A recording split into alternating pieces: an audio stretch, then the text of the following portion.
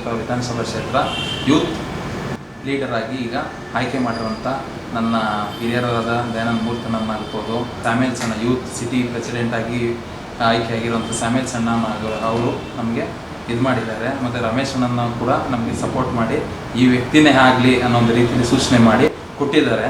Mahalakshmi layout ಕ್ಷೇತ್ರದಲ್ಲಿ ಈ ಬಾರಿ ನನಗೆ ಒಂದು ಅವಕಾಶ ಸಿಕ್ಕಿದೆ. ಈ ಅವಕಾಶವನ್ನು ಯಾವ ರೀತಿ ಯುವ ಪಡೆ ಕಟ್ಟಬೇಕು JDS ಪಕ್ಷದಿಂದ, ಆ ರೀತಿ ನಾನು ಯುವ ಪಡೆಯನ್ನು ಕಟ್ಟಲು ನಾನು ಸಿದ್ಧವಾಗಿದ್ದೀನಿ. JDS ಪಕ್ಷದವರು ಕೂಡ ನನಗೆ ಬೆಂಬಲ ಕೊಡಬೇಕು. ಎಲ್ಲ ಹಿರಿಯರ ಮಾರ್ಗದರ್ಶನದಂತೆ ನಡೀತೀವಿ. ಅದೇ ರೀತಿಯಲ್ಲಿ ನೀವು ಎಲ್ಲ ರೀತಿಯಲ್ಲೂ ಅನುಕೂಲಗಳು ಮತ್ತು ಅನಾನುಕೂಲಗಳು ಎಲ್ಲ ಆಗಿದೆ. ಈ ಹಿಂದೆ ಯಾವುದೇ ರೀತಿ ಪಕ್ಷ ಮೇಲೆತ್ತುವಂಥ ಚಟುವಟಿಕೆಗಳು ಆಗಿಲ್ಲ. ಈ ಹಿಂದೆ ಈ ಮುಂದಿನ ಬಾರಿನಾರು ನಾವು ಪಕ್ಷ ಮೇಲೆತ್ತುವಂಥದ್ದು ಚಟುವಟಿಕೆ ಮಾಡಿ ಈಗ JDS ಭಕ್ತರಾದಂಥವ್ರು, ಫ್ಯಾನ್ಸ್ ಆದಂಥವ್ರು ಇಲ್ಲಿ ಭಾಳಷ್ಟು ಜನ ಇದ್ದಾರೆ ಮಹಾಲಕ್ಷ್ಮಿ ಲೇಔಟ್ ಕ್ಷೇತ್ರದಲ್ಲಿ. ಈ ಹಿಂದೆನೂ ಕೂಡ ಎಷ್ಟೋ ರೀತಿಯಲ್ಲಿ ಏನೇ ಇದು ಮಾಡದೇ ಇದ್ರೂ ಕೂಡ JDSಗೆ ಓಟ್ ಹಾಕಬೇಕು ಅನ್ನೋಂಥ ಕಾರ್ಯಕರ್ತರು ಕೂಡ ಇದ್ದಾರೆ. ಮತ್ತು ನಮ್ಮ ವಾರ್ಡ್ ಅಧ್ಯಕ್ಷರುಗಳು ಕೂಡ ಇದ್ದಾರೆ. ಮತ್ತು ಅದಾದ ಮೇಲೆ ನಮ್ಮ ಪದಾಧಿಕಾರಿಗಳು ಮತ್ತು ಯೂತ್ ಲೀಡರ್ಸು, ವಿದ್ಯಾರ್ಥಿ ಘಟಕದವರು, IT ಸೆಲ್ನವರು ಭಾಳಷ್ಟು ಜನಗಳಿದ್ದಾರೆ. ಆದರೆ ಇಲ್ಲಿ ಸಂಘ ಸಂಘಟನೆ ಯಾಕಾಗ್ತಿಲ್ಲ ಅಂದ್ರೆ ಎಲ್ಲ ರೀತಿಯಲ್ಲೂ ಭಿನ್ನಾಭಿಪ್ರಾಯಗಳು ಜಾಸ್ತಿ ಇದೆ. ಯಾರು ಕೂಡ ಮಾಡಲಿ ಬಿಡಲಿ ಅನ್ನೋವಂಥದ್ದಿಲ್ಲ. ಒಂದು ಅವಕಾಶ ಕೊಡಿ. ಈ ಒಂದು ರೀತಿ ನಾನು ಕೊಟ್ಟಿರೋಂಥ ಅವಕಾಶದಲ್ಲಿ ನೀವೆಲ್ಲ ಕೂಡ ಬೆಂಬಲಿಸಿದ್ರೆ ನಾನು ಖಂಡಿತವಾಗ್ಲೂ JDS ಅನ್ನೋ ಯೂತ್ ಪಡೆ ಅನ್ನೋದೇನಿದೆ ತುಂಬ ಅತಿ ಹೆಚ್ಚಾಗಿ ಒಂದು ದೊಡ್ಡ ಮಟ್ಟದಲ್ಲಿ ನಾನು ಮಾಡಬೇಕು ಅಂದ್ಕೊಂಡಿದ್ದೀನಿ. ಕುಮಾರಣ್ಣನವರಾಗ್ಬೋದು ಮತ್ತು ದೇವೇಗೌಡರಾಗ್ಬೋದು ಆ ಒಂದು ಆಶೀರ್ವಾದದಿಂದ JDS ಪಕ್ಷವನ್ನು ದೊಡ್ಡ ಮಟ್ಟದಲ್ಲಿ ಆ ರೀತಿ ಮಾಡಿರಬೇಕಾದ್ರೆ ನಾವು ಮುಂದುವರಿಸ್ಕೊಂಡು ಹೋಗೋದು ನಮ್ಮ ಒಂದು ರೀತಿಯಲ್ಲಿ ಒಂದು ಚಾಣಕ್ಯತನದಲ್ಲಿ ಎಲ್ಲರೂ ಕೂಡ ಒಂದು ಸಪೋರ್ಟ್ ಮಾಡಿದಾಗ ಎಲ್ಲ ರೀತಿಯಲ್ಲಿ ಈಗ ನಿಖಿಲಣ್ಣ ಆಗ್ಬೋದು, ಈಗ ಗ್ರಾಮಕ್ಕೂ ಹೋಗ್ತಾ ಇದ್ದಾರೆ.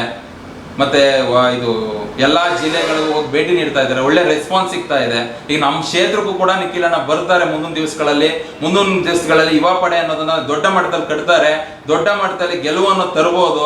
ಈಗ ಮುಂದೆ ನಡೆಯುವಂಥ ಚುನಾವಣೆಗಳಲ್ಲೂ ಕೂಡ ಎಲ್ಲ ರೀತಿಯಲ್ಲೂ ಕೂಡ ಒಂದು ಸಪೋರ್ಟ್ನ ಕೊಡ್ತೀನಿ ಅನ್ನೋಂಥ ಆಶ್ವಾಸನೆ ಕೊಟ್ಟಿದ್ದಾರೆ ನಿಖಿಲಣ್ಣನವರು. ಅವತ್ತೊಂದು ದಿನ ನಡೆದಂಥ ಫಂಕ್ಷನಲ್ಲಿ ನಿಮಗೂ ಕೂಡ ಎಲ್ಲರಿಗೂ ಗೊತ್ತಿದೆ. ಅದಕ್ಕಾಗಿ ದಯವಿಟ್ಟು ಎಲ್ರಿಗೂ ಮನವಿ ಮಾಡಿ ಕೇಳ್ತೀನಿ, ಯಾವುದೇ ರೀತಿ ಭೇದ ಭಾವ ಬೇಡ.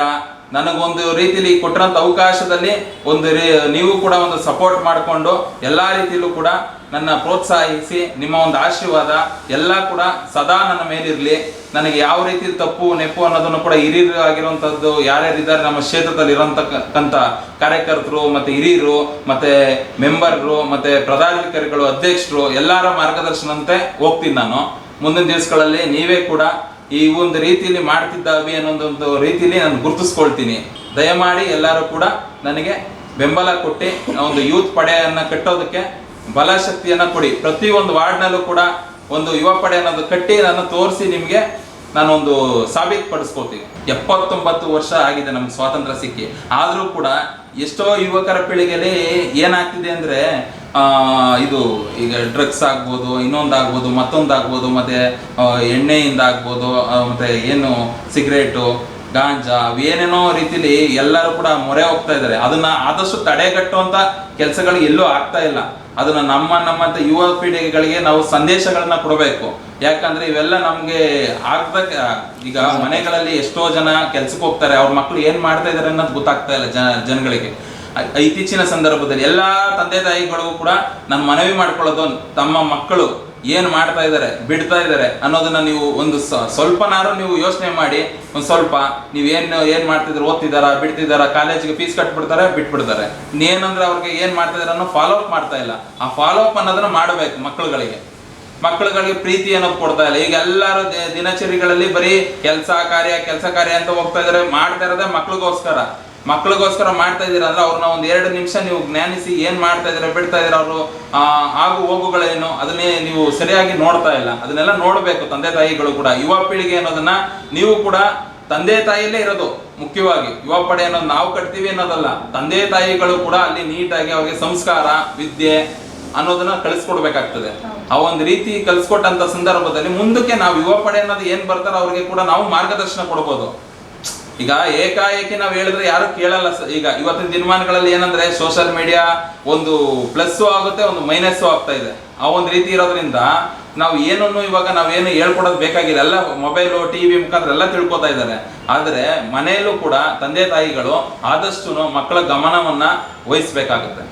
ಅದಕ್ಕೆ ಎಲ್ಲರಿಗೂ ಕೂಡ ನಾಡಿನ ಸಮಸ್ತ ಜನತೆಗೂ ಕೂಡ 79ನೇ ವರ್ಷದ ಸ್ವಾತಂತ್ರ್ಯ ದಿನಾಚರಣೆಯ ಶುಭಾಶಯಗಳನ್ನು ಕೋರ್ತಾ, ಮುಂದಿನ ದಿವಸಗಳಲ್ಲೂ ಕೂಡ ಸ್ವಾತಂತ್ರ್ಯ ದಿನಾಚರಣೆಗಳಲ್ಲಿ ಸ್ವಲ್ಪ ಮಟ್ಟಗಾರು ಬದಲಾವಣೆಯಾಗಿ ಈ ಮುಂದೆ ಏನ್ ಬರ್ತದೆ ಸರ್ಕಾರ ಅನ್ನೋದು JDS ಪಕ್ಷವನ್ನ ನಾವು ಕಟ್ಟುವಂತ ಕೆಲಸ ಮಾಡೋಣ.